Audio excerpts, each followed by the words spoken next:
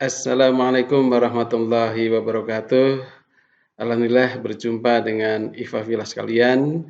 Hari ini saya akan sharing sedikit tentang bagaimana cara membagi harta warisan dengan cara yang mudah dengan menggunakan aplikasi sederhana. Mudah-mudahan bermanfaat bagi kita semua. Ikhwah, sebelum kita masuk aplikasi, kita review dulu materi ilmu waris dari buku yang berjudul Cara Mudah Membagikan Harta Waris yang ditulis oleh Ustadz Al-Qawim dari Yayasan Pondok Pesantren Nurul Iman, Kota Cimahi. Ada 15 ahli waris laki-laki, yaitu anak laki-laki, cucu laki-laki dari anak laki-laki sampai ke bawah, ayah, kakek sampai ke atas, saudara sekandung, saudara sebapak, saudara seibu, anak saudara sekandung, anak saudara sebapak, paman sekandung, paman sebapak, anak paman sekandung, anak paman sebapak, suami, dan yang terakhir, pihak yang memerdekakan. Apabila semua ahli waris laki-laki ini masih ada, maka yang lebih berhak hanya 3 orang saja, yaitu anak laki-laki, bapak, dan suami. Ada 10 ahli waris perempuan, yaitu anak perempuan, cucu perempuan dari anak laki-laki, ibu, nenek dari ibu, nenek dari bapak, saudara sekandung, saudara sebapak, saudara seibu, istri, dan yang terakhir pihak yang memerdekakan. Apabila semua ahli waris perempuan ini masih ada, maka yang paling berhak adalah anak perempuan, cucu perempuan dari anak laki-laki, bila anak perempuan hanya seorang, kemudian ibu, istri, dan saudara perempuan sekandung. Ikhwah sekalian, apabila digabung, ada 25 ahli waris laki-laki dan perempuan. Jika semuanya masih ada, maka yang mendapat warisan adalah suami atau istri, ibu, bapak, anak laki-laki, dan anak perempuan. 5 pihak inilah yang lebih berhak untuk mendapat warisan karena mereka yang paling dekat dengan si mati.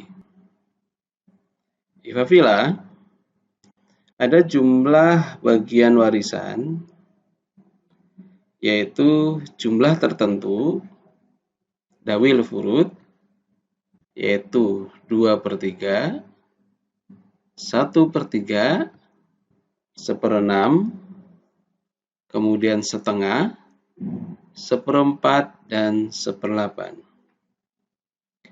Berikut adalah jumlah tidak tertentu atau asobah. Pengertian asobah adalah jika ada ahli waris lain yang mempunyai bagian tertentu, maka asobah mendapat sisanya. Jika tidak ada yang mempunyai bagian tertentu, maka asobah itu akan mengambil seluruhnya. Berikut ini adalah tampilan dari aplikasi waris yang akan kita bahas. Sederhana sekali, hanya ada 4 langkah. Yang pertama, isi ahli warisnya. Yang kedua, isi ahli waris yang mempengaruhi bagian ahli waris lainnya. Di sini nanti bisa jadi ada yang mahjub atau terhalang. Yang ketiga, jumlah harta waris diisi. Dan yang keempat adalah isi KPK atau kelipatan persekutuan terkecil. KPK ini adalah KPK dari penyebut ahli waris yang ada di langkah 1. Bapak sekalian, ada 3 cara menghitung ahli waris ini. Yang pertama adalah cara normal. Cara normal adalah apabila KPK atau pokok masalah sama dengan penjumlahan bagian. KPK ini ada 12 dan dijumlahkan ternyata pas 12. Yang kedua adalah cara aul-aul atau KPK-nya ditambahkan. KPK pada kasus ini adalah 12. Tapi ternyata setelah dijumlahkan ada 15. Sehingga yang digunakan sebagai penyebut adalah 15. Cara yang ketiga adalah arrod, yaitu KPK-nya dikurangi. Pada kasus ini, KPK awalnya 6.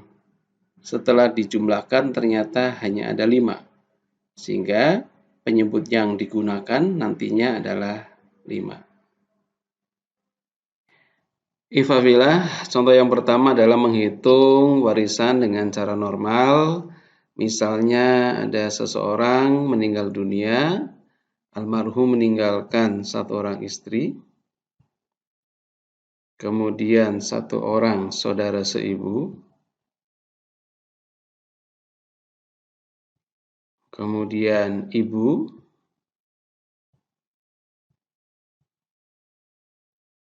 dan 1 orang paman sekandung.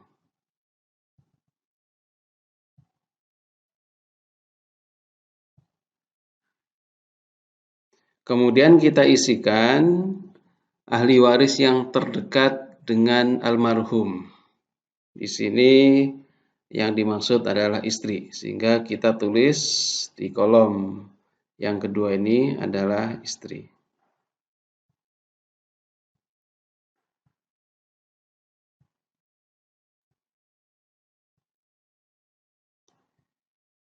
Kebetulan sebelum atau sesudah di input ahli waris istri tidak berubah bagian warisan untuk masing-masing ahli waris.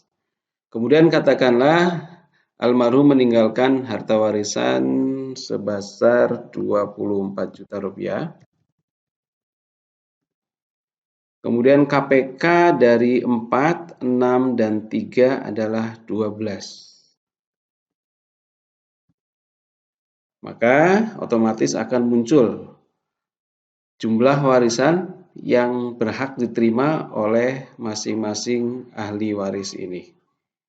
Kita lihat otomatis di sini muncul kata-kata normal. Berarti cara perhitungan ini adalah menggunakan cara normal.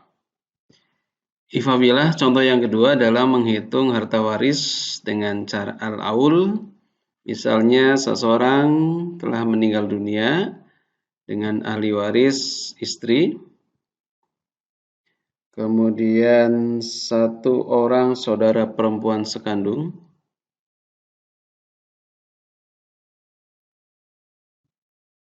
kemudian 2 orang saudara seibu,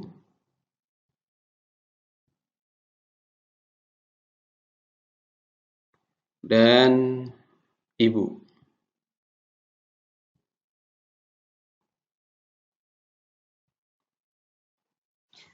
Kemudian kita isikan ahli waris yang mungkin mempengaruhi bagian ahli waris lainnya dengan mengisikan ahli waris yang lebih dekat dengan si mati. Ini saudara perempuan sekandung, kita isikan istri.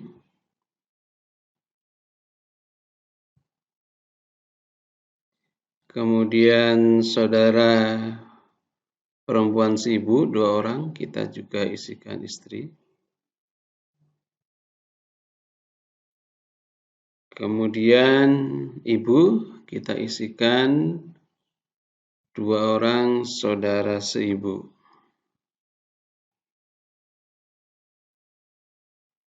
Kita lihat tadinya ibu memperoleh 1/3, sekarang menjadi 1/6. Misalnya almarhum meninggalkan harta warisan sebesar 30 juta.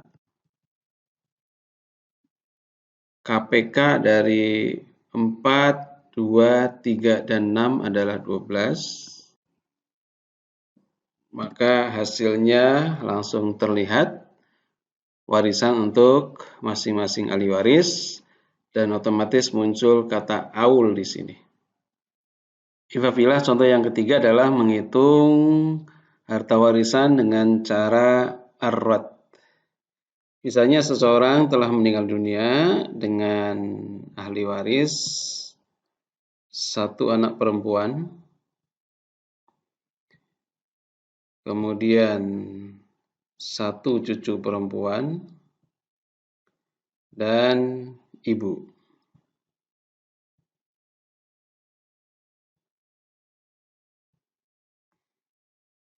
Kemudian kita isi ahli waris yang bisa mempengaruhi bagian ahli waris yang lainnya. Kita isi di cucu perempuan dengan anak perempuan. Berubah, yang tadi setengah menjadi 1/6. Kemudian ibu dengan anak perempuan.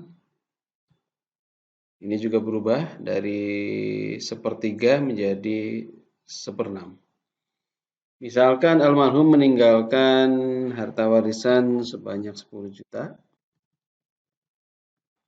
Kemudian KPK dari 2 dan 6 adalah 6. Maka otomatis akan muncul bagian warisan untuk setiap ahli waris dan otomatis muncul ar-rad di sini. Demikian sharing dari saya, mudah-mudahan bermanfaat. Terima kasih. Wassalamualaikum warahmatullahi wabarakatuh.